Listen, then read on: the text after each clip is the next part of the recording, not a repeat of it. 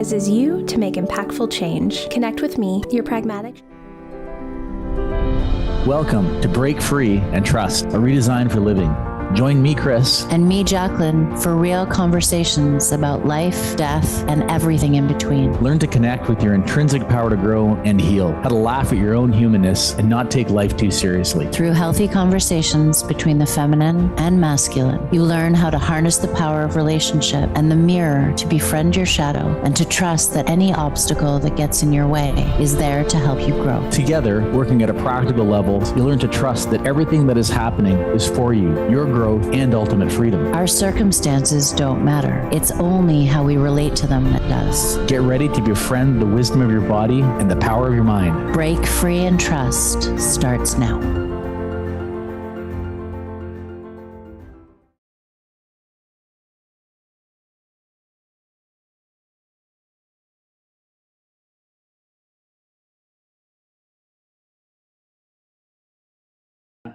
Angelou. And it goes like this. You're only free when you realize you belong no place. You belong every place, no place at all. The price is high, the reward is great. We spend so much energy watching what we put into our bodies, the food, the drink, the supplements. In fact, we even talked a little bit about that last episode. But Jack and I have been asking different questions lately. What's in our emotional and spiritual diet? And we looked honestly, we found some things worth eliminating, like gossip, judgment, drama. So here's what we keep coming back to. Underneath gossip is a hunger to belong. We bond with someone over a shared opinion about someone else, and it feels like connection, but it's counterfeit. The belonging we're actually starving for is belonging to ourselves, and every helping of gossip and judgment takes us further from it, not closer. We get enmeshed in the outer world, outwardly focused, and in the language we love, our frequency drops. But something remarkable happens when you take those things off the menu. With nothing left to project outward, you're left sitting with your own discomfort. You turn inward, you meet your own shadow, and your frequency rises, because what we judge in other people is almost always the part of ourselves we haven't accepted. So today, we want to go on an elimination diet together and see what kind of freedom is waiting on the other side of it. Why do we gossip and judge in the first place? And what are we really hungry for? What happens when we stop projecting and finally sit with our own discomfort? And is it possible that self-forgiveness and self-love is the whole point? All this and more in the next hour. All right, I'm going to open a question. How do we land in this idea of the elimination diet?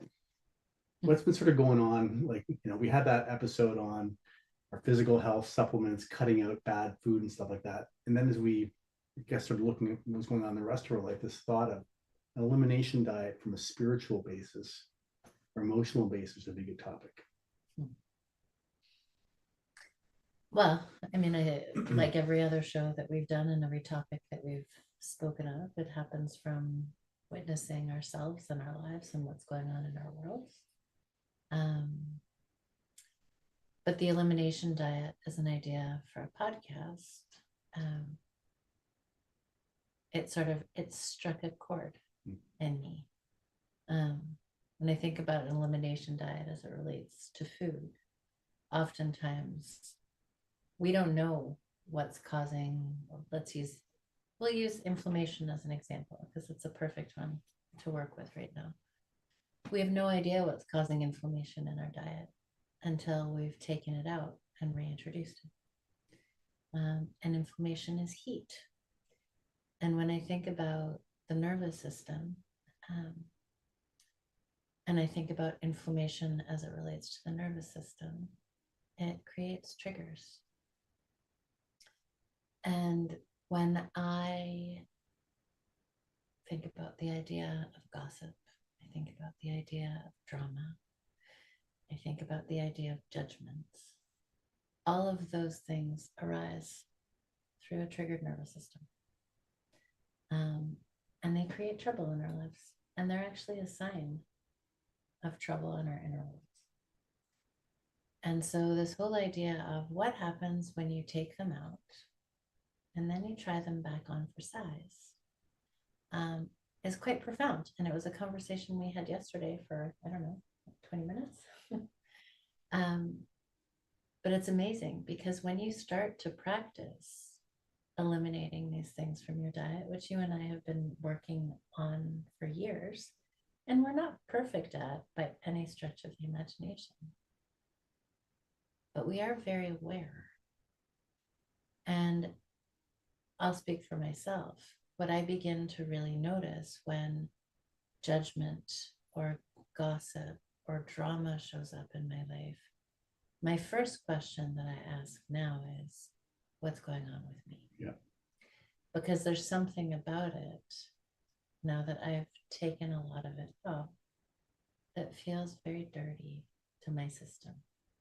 I know when I'm in it. I'll give you an example.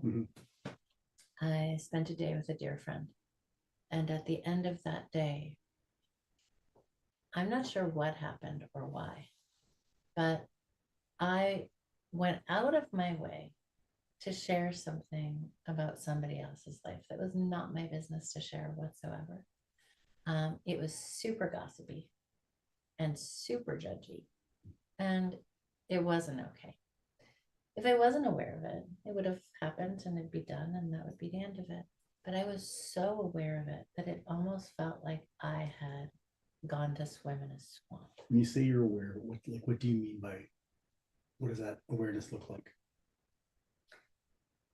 I could feel how out of alignment I was. I could feel how my intention to be an integrous human being was totally misaligned. I wasn't walking my talk in that moment. And I wasn't being the person that I want to be in that moment. And so I sat with that for a little while and then picked up the phone and called my friend and said, I need to apologize. What I did was really, well, it felt really icky, actually, and not okay. And she was great about it. But I had to sit with it for a few days, actually, to just sort of to ask myself the question, where did that even come from? And I don't believe that I could have asked that question had I not already removed those things from my diet and then watched what happened when they came back. Does that make sense? It does. I could feel the inflammation in my nervous system very. Yeah, like you've been eating really healthy food and then suddenly you sit down to a big greasy hamburger and French fries, and next year you're like, oh, I shouldn't have eaten that. Yeah. Or the opposite happens, right? Which is, oh, I want more of that. And I think that that's often what can happen with these things like gossip and judgment. There's something it feeds in us. Oh, I want to go there. So what is gossip, first of all? Well, I can tell you what it is for me. Maybe you can tell me what it is. Yeah, just let's help define it. And it's probably subjective. You know, I was thinking about it just before this podcast, and there's being able to have conversations with people that we love about things that we're struggling with are really important. And I don't believe that that's gossip.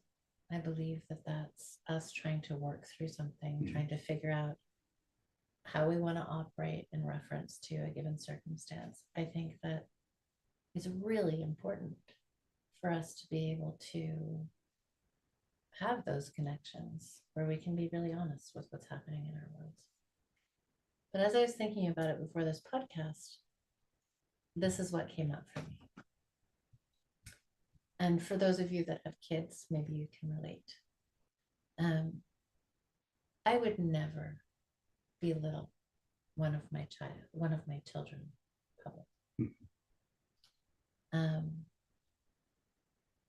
I might talk to you about it. I might talk to a dear friend about it, but I would never go out of my way to talk about my child behind their backs. And I think that that's a really good way of being able to look at gossip. Because if what we're saying is something that would belittle somebody that we really care and love about, that we really care about and love, then we're out of alignment. And that's gossip to me. What does it mean to you? Yeah, similar. And like there's both the sort of the thing it generally is and then its intention, right? And I think the thing it generally is like something you'd say about somebody else that you wouldn't say in their presence, right? As a general rule, talking about Sally from work, and if I wouldn't say that in front of her, but I'm going to say it to someone else, that's probably gossip, and that's out of integrity. And it gets a little more hazy when you're talking to a friend about, challenges in your relationship with your kids, because you're having this because it's about you as well, but other people get involved. The intention is different. I think the intention with gossip, and I was thinking about this too, is you're using this as a way to almost commune with that person, to bond with them in sort of this nefarious way, in a way that makes you both superior and better than the other person. And that's the energy behind it. You spoke that really beautifully, really beautifully and very clearly. And I don't believe that consciously most of our gossip is nefarious. I think that we operate in the world in such a way that we are driven to connect and we're driven to belong. That's right. And most of the ways that we engage with each other actually happen by connecting over drama and connecting over gossip. And we don't even do it with awareness. I think, in fact, I think that it's so accurate. And yeah, it's unconscious. I think it makes up the bulk of most people's conversations until they become aware of it. We have whole TV segments and movie segments called drama. It's the biggest category. It is people gossiping. If you watch those shows, it's just people gossiping about each other nonstop. And that's modeled as a way to connect and to navigate and what general conversation is. And the opposite isn't sexy. Drama is sexy. Drama is sexy. Gossip is sexy. We can lift ourselves up and belittle other people in those ways. When you actually stop those kinds of conversations, first, what happens is that you recognize that there's not an awful lot to talk about. And I actually remember a long time ago, I was doing some training, like physical training with somebody. And one day I remember being out and all of a sudden connecting that everything that she was talking to me about was about somebody else. And that if she was talking to me about all of these other people's the way she was, then she was totally talking about me in the same way to all of these other people. Of course she was. Yeah. And I had this moment where I was like, I wonder what will happen if I stop responding and I stop engaging. And all of a sudden, we stopped talking. There was nothing left to talk about. And it's a really profound realization. The other thing that's really profound is when you stop doing it, when you stop putting other people down, or you stop creating drama in your life, which, the same way that removing gluten and dairy from your diet is really challenging, or sugar from your diet is really challenging, removing these habitual patterns from your diet is also really challenging. I think it's harder. Yeah, for sure it is. Catch yourself all the time, right? Yeah. It's our way of being to a certain extent. But even like we were speaking about health and diet last week or 2 weeks ago, what happens is these things are feeding a certain part of us, right? They're feeding the part of us that wants a dopamine hit. They're feeding the part of us that wants to avoid feeling. They're feeding something or distracting us from something. And why I say it's not sexy is that what sits on the other side of it is taking personal responsibility for yourself. Yeah. Is sitting and actually feeling the discomfort that sits underneath the desire to gossip, which is sitting and feeling what it means to, the quote that you read at the beginning is one of my favorite quotes. And it comes from one of Brene Brown's book on belonging. And I can't remember what the name of the book was, but this whole idea of belonging no place, but belonging every place is you belong everywhere when you belong to yourself. But when you belong to yourself, the cost is high because you start to recognize that groups that you have wanted to belong to or that you felt like you belong to don't really fit you anymore. Because when we're in alignment, we don't gossip and we don't create drama. In fact, drama is the thing that we want to avoid at all costs because it gets in the way of feeling at peace. Yeah, and I can speak to what my experience has been when you eliminate it on a broader scale. So when you first start eliminating, all of a sudden you have nothing. You struggle to talk with people, and like maybe I don't fit in, maybe I don't belong. I've just been fortunate enough on this whatever road I've been on the last few years is that I belong to a men's group as well as a fellowship where basically gossips off the table. It's agreed upon. We don't do it, and as a result, we have these groups of men sitting around, and guess what they're talking about? Their feelings, what's going on inside them, because gossip's not tolerated, it's not encouraged. If someone starts gossiping, you just watch everyone just sort of be quiet. There's no follow-up and it just dies. And then someone comes in, no one judges them, but it says it dies. And then someone else starts talk about what's going on in my life, what's going on with my relationships, how I'm feeling, what can I do better? That's the natural place we land once we remove something like gossip. It's unbelievably how quick it happens. And what a gift it is that those men have a group to be able to be a part of where that gets modeled. Yeah. It's harder when that's not present. When you begin to go through this process and you're not a member of, I'm going to use the word, kind of makes me want to puke actually, just to say it, but I'm going to say it because it feels. I don't know what you're going to say here. When you're part of a conscious community. Mm-hmm. But when you are a part of or connected to a group of people who are interested in doing their work, then it's an easier thing to go through. It's more challenging when you don't have that. And I think perhaps actually the challenge itself is also a part of the work, right? Yeah. Yes. And it has to be, because a big piece of this is we judge what we don't accept in ourselves. We gossip most often when we see people doing things that we don't like about ourselves but aren't willing to look at. And so really the first step in this is being able to sit with the parts of us that we don't want to look at and find a way to be able to meet them with compassion. And one of the biggest pieces in this, and I've been thinking about this a lot lately, is this whole idea of, Chris and I have talked a lot about sitting with. Right? How do you sit with your discomfort? How do you sit with your feelings? I'm about to sneeze. Sorry, guys. Nope.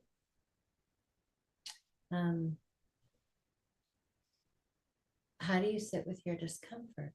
And, I had somebody say something to me the other day that really struck me, which was, I've been sitting with my discomfort for so long and nothing's happening. And I asked a bunch of questions, and what I heard was, I've been merging with my discomfort.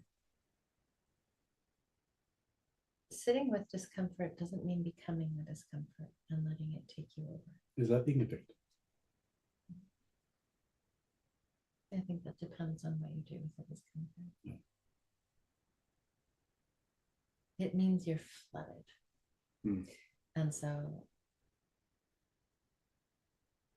I think the best way that I can answer that question is with a personal story. Yeah. And I may have already shared this here actually, but maybe not. Something recently triggered me quite strongly. And I went down a little rabbit hole. And what I noticed was that all of a sudden I was starting to see the world through the eyes of that trigger or that part of myself. And when I realized that, I was able to actually pause and recognize that rather than witnessing myself in pain, I became the pain. And as soon as I became the pain, the world that I look at from always from an abundance consciousness, I was in scarcity, like there was no tomorrow, and I was trapped in fear. And so I stopped or paused and named it and recognized that rather than sitting with it, like I would be sitting with you right now, sitting next to a part of myself, I had become that part of myself. And that's not what sitting with means. Sitting with means recognizing discomfort inside, recognizing a trigger, and learning how to sit with it as if you were sitting with a younger version of yourself, sitting right next to you, not becoming it, but learning how to be with it, because those are the parts of us that we've rejected.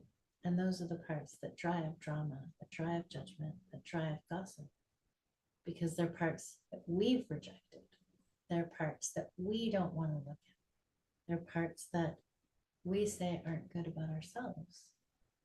And we learn to do that at a very young age. The challenge with all of these things is that the only way to heal is to integrate all parts of us.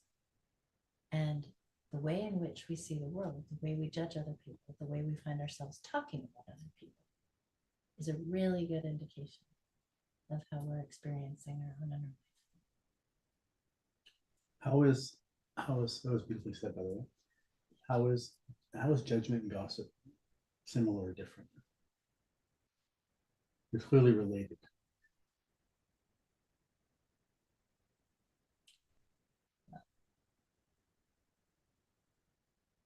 Judgment is, this is a really good question. You've stopped me for a second, so give me 1 sec. I would say judgment is a posture that we hold towards somebody else. Gossip is what we do about it. Yeah.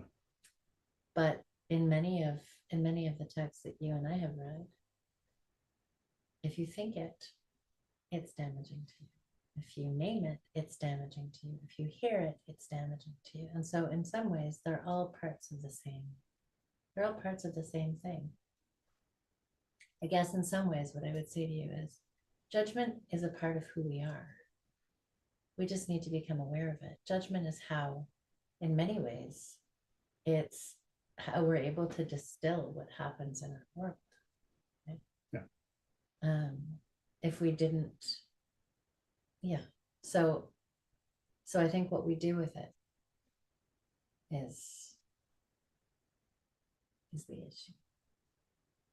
Yeah, and that's a good point. Like we have to, I mean, it's like judgment's necessary. I'm gonna go buy a new car. I have to judge which car I'm gonna buy. That is a judgment. It's just where when it enters into other people, when it enters into characteristics of people, personality traits, and things like that, and it comes about not accepting, but it comes in this place of superiority, or it comes in this place with the intention. Again, is more so than just trying to make a decision of comparison. It can become maladaptive. Judgment as a gift is discernment. Yeah. And I guess judgment's like, I guess I'm thinking out loud here, but judgments is it's effectively the opposite of acceptance. I'm not in acceptance, I'm in judgment of it. I'm gonna classify this thing as right or wrong or good or bad or lesser or more, which the ego does with everything, but it can take on a life of its own. And I think as we talk about gossip, it's a socialization of that. It's the bonding on the back of judgment. Yeah. You know, I'm thinking about, I don't know why this came up, but I'm thinking about a really good friend of mine from when I was in university and after university. And I remember being so struck, and actually as I'm saying this, I think I may have said this on one of our first podcasts. She used to be able to laugh at herself in ways that really struck me, and it stood out because she was able to see the ways in which she was insecure. She was able to see the darker sides of herself. And when she did, she was able to name them and she was able to laugh at them. And I remember watching because at that time in my life, so much of me was still really hidden from myself, let alone everybody else.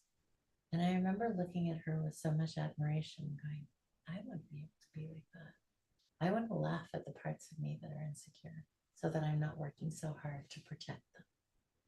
And I think that that speaks to a piece of this, which is if we're able to meet ourselves compassionately, it doesn't mean we don't see the insecurities and we don't see the ways in which we might not be behaving the way that we would ultimately like to.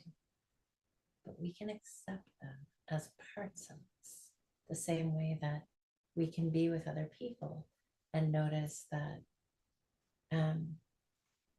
yes, they're incredibly generous. Yes, they're incredibly kind. And sometimes they can be arrogant. And not judge them for the arrogance, but recognize that it's a part of who they are. Yeah, just accept them for that. Yeah, without needing to change it or out wanting it to be different. Just accept them for what they are.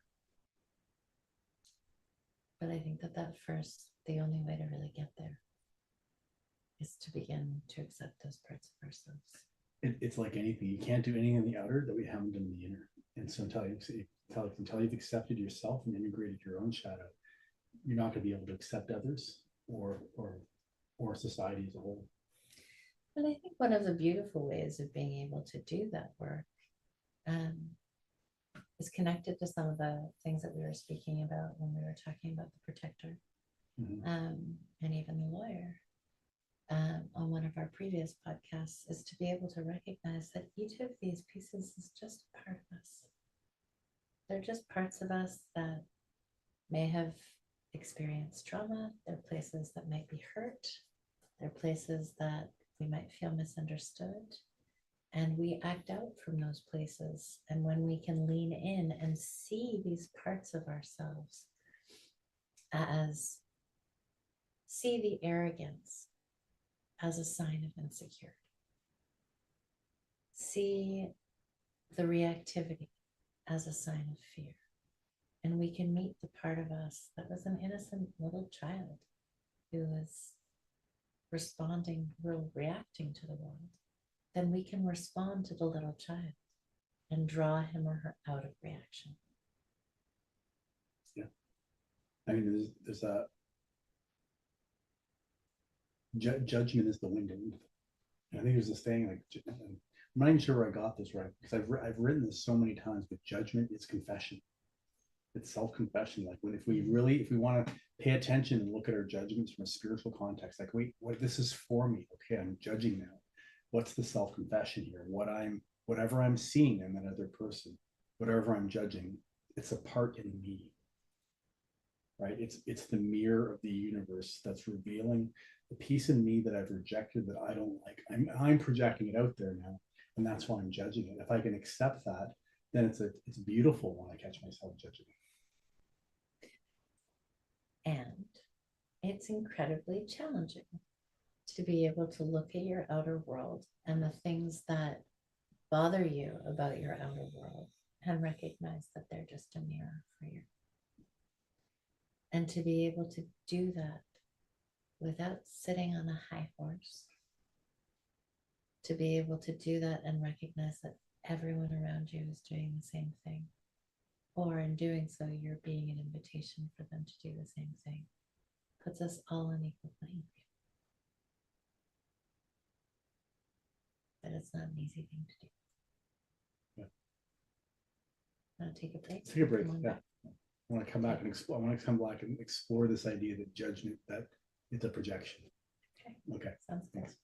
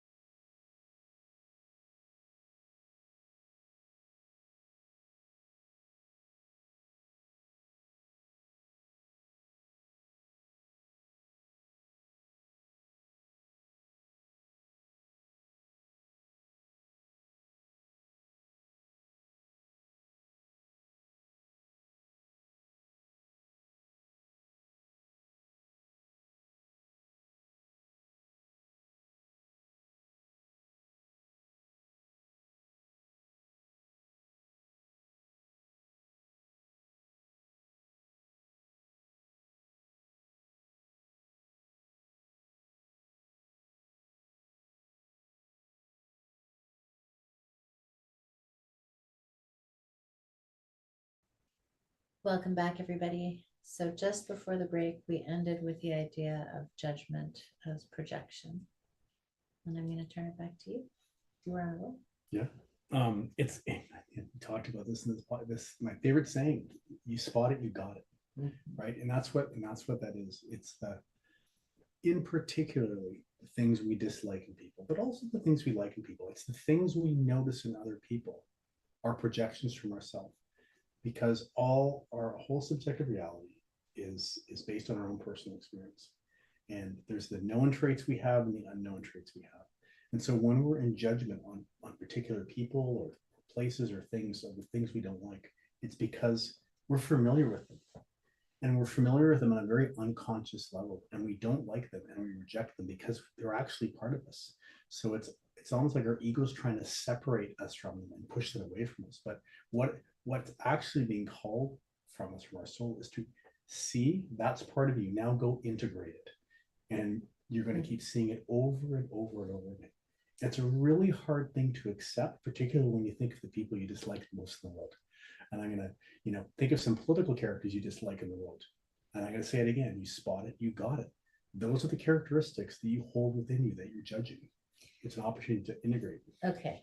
But I find this idea really challenging, Yeah. and I have for a really long time.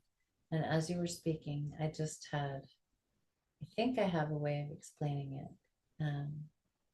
that maybe will be digestible. It Sure. was just for me, Okay. as I was thinking. Because it's a hard thing to say, I have a lot of, I judge when people aren't generous.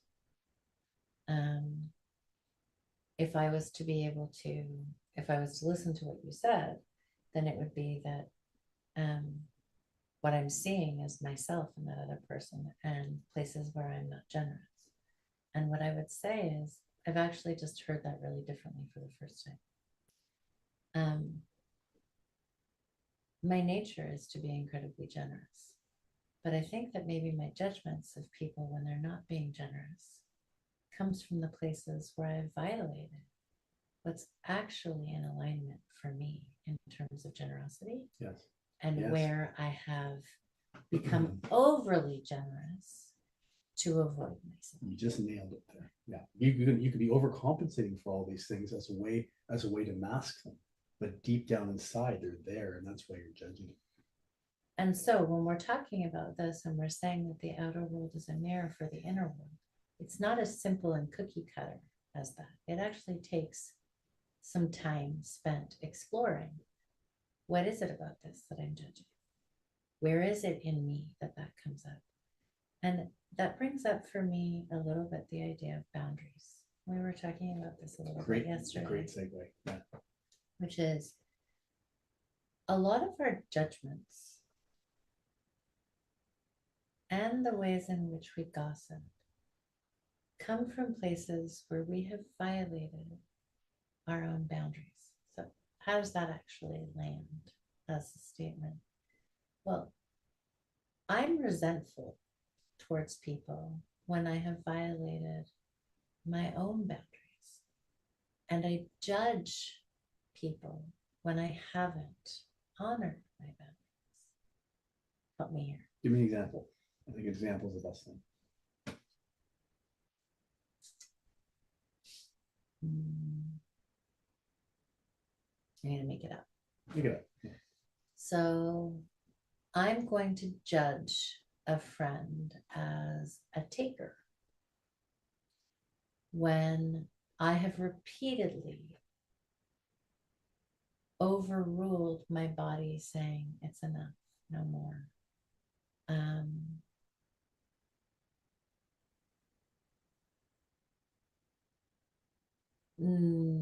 Not another, like, you're not going to pay for another dinner, or you're not going to cook another You're leaving me meal, to pick up the tab again, or you're Yeah. doing this, or doing that. or That's it's right. Yeah. dinner's at my house Yeah. again, or Yeah. whatever it is. When I haven't listened Mhm. to my own voice that says, I don't have it in me to give, and I've overridden that, I then judge the people that are around me for something that I've actually dishonored in myself. And what I've really come to understand is that honoring my boundaries means honoring alignment. When I'm in alignment, I'm the best version of myself. When I violate my boundaries and I'm not in alignment, I'm not the best version of myself. And then I project out because I'm not willing to look in. And why do we do that? Because we desperately want to belong. And if I honor my boundaries, I might displease, I might make other people unhappy, I might set myself apart. And I won't belong necessarily to a group or a person or whatever, but I do belong to me. And when we belong to ourselves, we have no need to gossip or judge or create drama because we're in flow. Makes sense? Yeah, that's a great example. And I'll use another one that brings the two together. It's like, hanging out as we go on the elimination diet, and within elimination diet, it potentially leads to our social circles changing. If I continue to go hang out with somebody that as part of their nature, they gossip a lot, and then I come back and say, Jack, I was hanging out with Joe again. He was gossiping again, this and that. Like, I'm judging him. It's like, I know Joe gossips, and if I'm choosing not to have a boundary that says, I'm just gonna pull back when there's gossip, I'm not gonna participate. That's on me. Yeah, and I mean, both you and I have had experiences like that. Yeah. And I think one of the challenges to it, well, I know I'll speak for myself. One of the challenges to that is this whole piece that Maya Angelou speaks to, which is the price is high. The price is high because it may be that you don't belong to a group that you thought you wanted to belong to, or that you had belonged to for a long time. The reward is great because at the end of the day, if the world is really just a projection of our own inner worlds, the reward is I'm in alignment with me now and I belong to me. And it's a big one. And I think it's some of the biggest work that we can do, and probably why, as I sit with people who are more and more, I sit with people who are getting older, and I sit with people who are doing more and more of their own work, our social circles get smaller. And I wonder if that's just part of what it means to come home. I mean, I think, like, it's not you and I uncovering this for the first time. It's like what every spiritual tradition points at. It points at as you move up in frequency, as you move up in holding these spiritual principles such as no judgment, no gossip, things like that, your circle gets smaller, and you continue to go against the grain. And most of these spiritual teachers that you look at through any system, either on their own or they have a very small group of people that are around them even understand them. They're not understood by the masses, and they're living a smaller but very fulfilled and very rich life at a very, very high frequency of consciousness. So that's the gift on the other side, is this gossip and resentment and judgment and trauma. They're all related. They're all these low frequency attractor patterns that you put it out, it pulls it back in. If you drop that from your diet, just like dropping bad food and sugar and too much alcohol, your physical health goes up. You drop this from your diet spiritually, your frequency of consciousness goes up, and a new attractor pattern emerges. But there's just less people at that level of consciousness. Because the work is really hard. Yeah. And our society is absolutely structured at the frequency of gossip, judgment, pride, fear, anger. That's the soup we swim in as a society. And what we're talking about here is to eliminate that stuff. It's like you're moving outside of the norms of our society.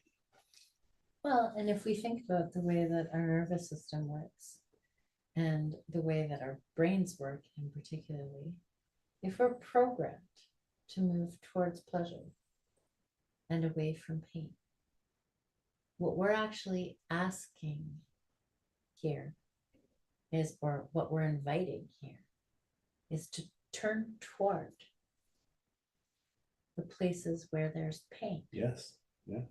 In order to be able to integrate those places. But so we're not just overriding the social norms in our world, we're actually working to override the programming in our brains. Yeah. Right? Yeah. And that's no small ask. Yeah. And it's not something that's, again, particularly encouraged by our society at large. It's not the norm we see out there. When you experience people who are on this path and doing this kind of work, what's your experience? And what's the experience you have in your body? Or maybe I'll say mine too. You can ask me about body in being with them. It's just it's almost like an energetic signature that comes across that they very much be at ease and be at trust in their presence. That's how I would describe it. There's a lightness about them. Yeah. There's a majesty about them. Yes. Their radiance. Yeah. Well, it's like then there's no sense of suffering behind the eyes anymore. Like there's this they're at ease in the world. And it's very clear that they're not that concerned what I think about them, or whether or not I understand them, or whether or not they're just in the world and they're just being.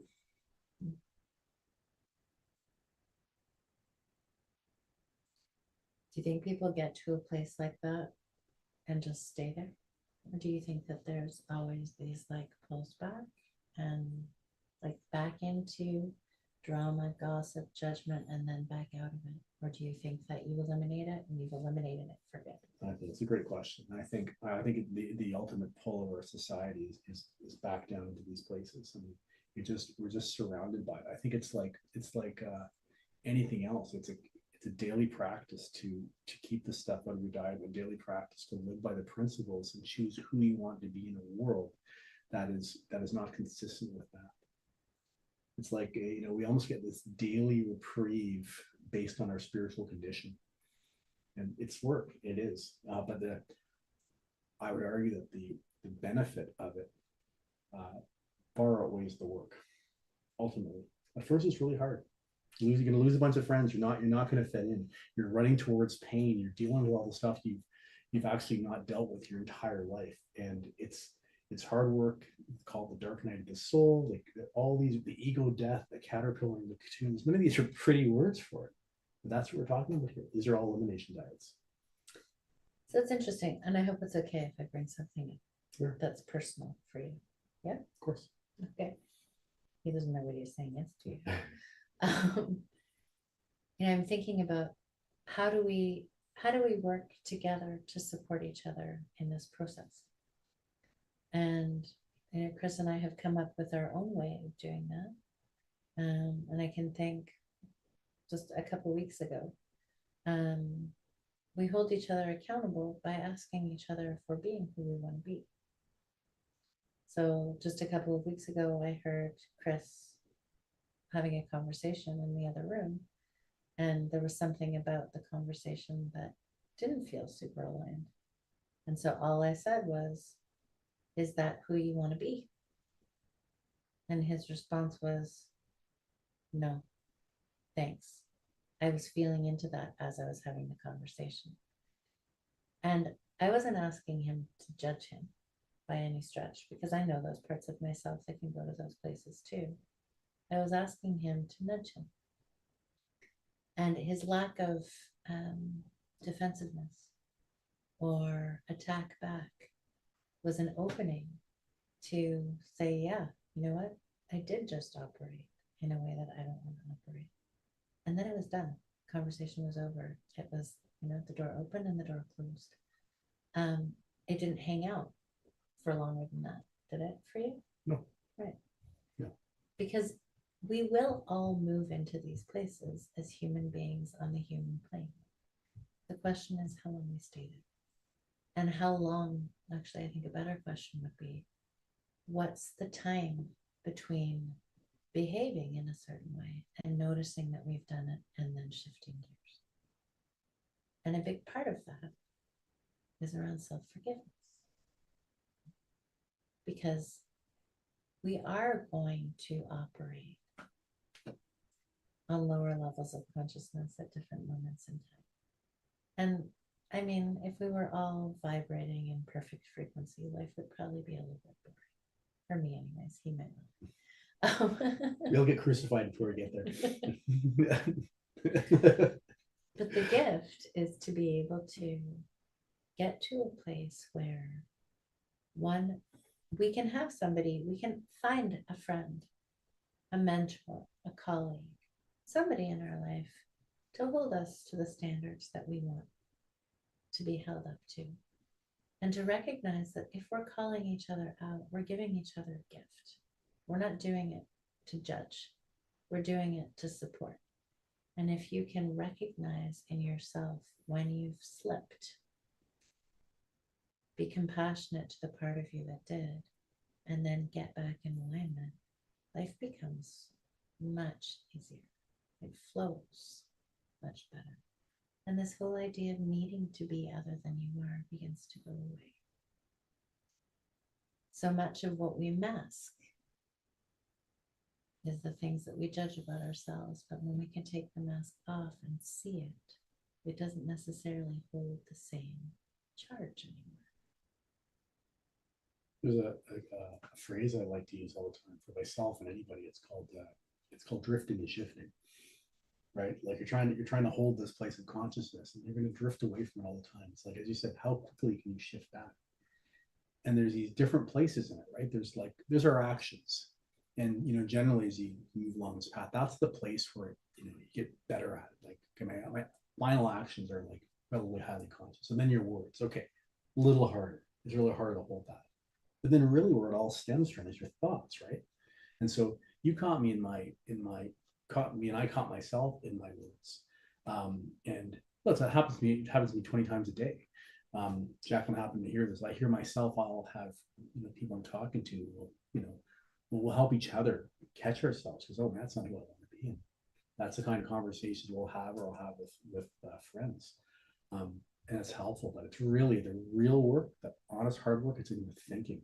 I catch myself judging people 50,000 times a day, and I've gotten good at not being in the judgment. I'm just more like, Chris, there you go, judging that person again. Who do you think you are?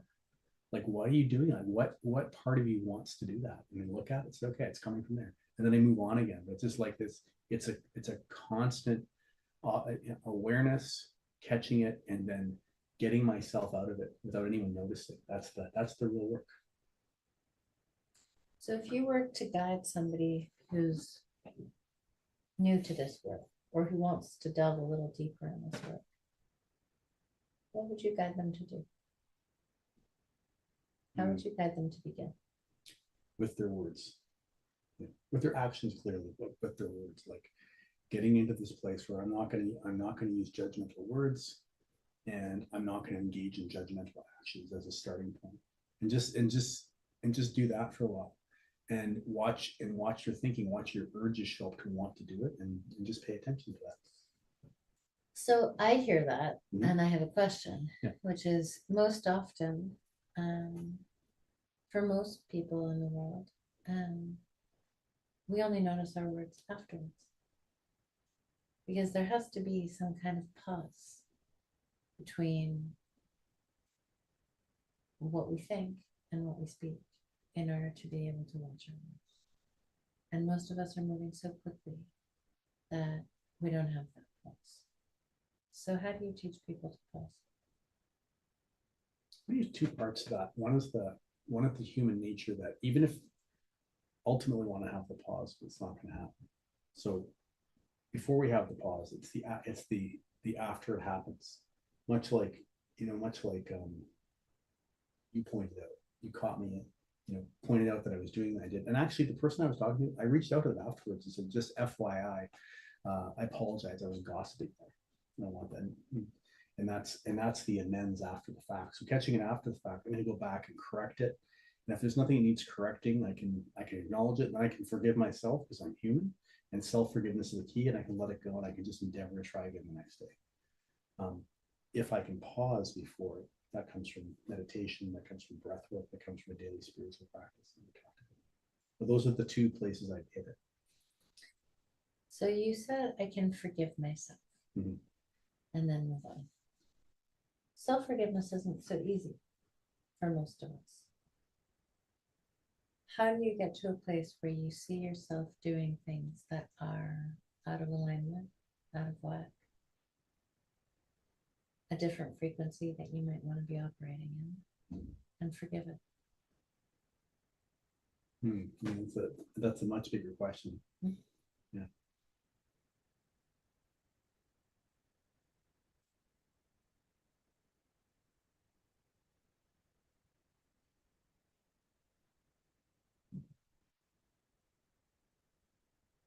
Like the process I'm talking about, it's the same. It's the acknowledging it.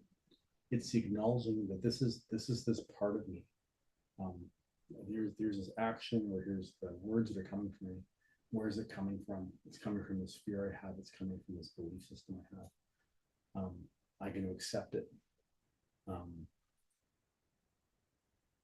going to integrate it. And I'm going to do my best tomorrow to not repeat it. And with time will come self-forgiveness. It's not the easiest thing. But I think actually, now that I've had some, now it's sitting with me, what's far more easier than forgiving yourself is forgiving others. Start with forgiving others for the things they do that bother you about them. And in that, start looking at, when you're in that place of forgiveness of others, what was your part in it as well? And use that as an opportunity to forgive yourself. That's my final answer. That's my final answer to a very hard question. Is that a Jeopardy thing? Yeah. No, but it's like I said, I'm sitting with this. It's far easier to start to forgive other people than to forgive yourself.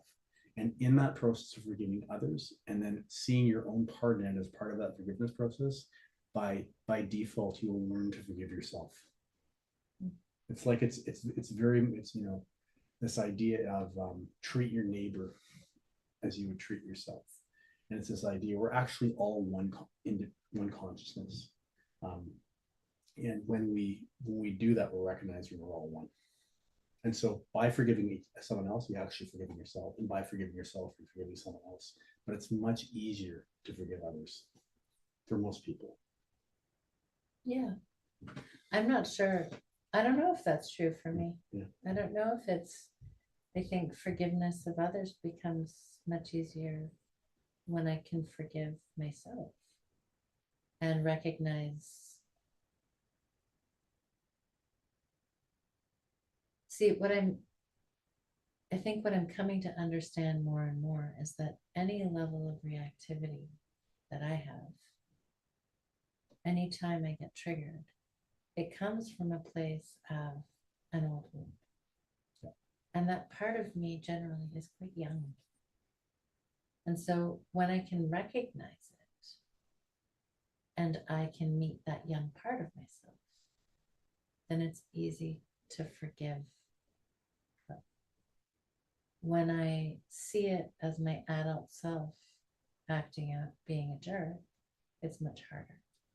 But when I recognize where it's coming from, it's easier. And then when I see other people behaving in those same ways, it's easier for me to forgive. So I think it's, for me, it's the chicken and egg conversation. It is, and I think I'll tell you why I think they're related. I think you're someone I think who'd naturally done this work of looking at yourself and seeing how you operate. For me, when I came into this, it was just like sort of blowing my life up, and I had no self-awareness. And my starting point was, okay, well, I have all these apologies I need to make to other people, and the only way I'm going to make it is I have to let go of all these things I think they've done to me, because in my head, like, everyone's wronged me, but I'm going to go out and I'm going to make these amends to people. But in doing so, I have to look at my part in whatever's happened. So I'm going into these things thinking, here are all these people wrong me. But as part of this process, I need to make an amends. So I look at my part, and then I really start to understand myself. Yeah. And in the forgiving them, I'm now forgiving myself, Yeah. and understanding myself, and now I'm self-forgiveness. Yeah. So it shows, I mean, there's two different ways to get to the same place. And they're so related. Yeah, absolutely. Because we're only one. So guys, the invitation, I'm not sure we made it that exciting for you in terms of wanting to try out this elimination diet, but the invitation is to start an elimination diet. And maybe it's one piece, maybe it's letting go of gossip and just noticing what happens when you enter a room or when you hang out with your friends or your family, when you decide not to engage in conversation. The second step in that might be about going home and looking at the judgments that you carry and questioning whether or not you have overridden your own boundaries. Okay, I'm gonna close by trying to make it exciting. Because, when I can only speak from my own experience, because that's all I have. When I've gone on a very strict elimination diet with this stuff, what I have found on the other side of this is I'm basically, at least consciously, resentment free. I rarely carry anger. I'm at peace all the time. I see a world of abundance and not scarcity. And really it started with eliminating judgment and gossip and working at that every single day. And it's a new earth, it's a new freedom, it's a new way of being. And I tell you, I pinch myself thinking I didn't know it was possible to interface with the reality with this much peace in my life as I do today. And it starts with elimination diet. So, I have so much I want to say in response to that, but I guess we'll have to wait till next time. all right, we got a topic now. Okay. Thanks for Have a joining good us. one. You've been listening to me, Chris. And me, Jacqueline, on Break Free and Trust, a redesign for living. Tune in every second and fourth Monday at 3 p.m. on Transformation Talk Radio for more real conversations about life, death, and everything in between. Learn to connect with your intrinsic power to grow and heal, how to laugh at your own humanness and not take life too seriously. Through healthy conversations between the feminine and the masculine, you will learn how to harness the power of relationship and the mirror to befriend your shadow, and to trust that any obstacle that gets in your way is there to help you grow. For more information or to connect with us personally, visit theway-healing.com. That's theway-healing.com.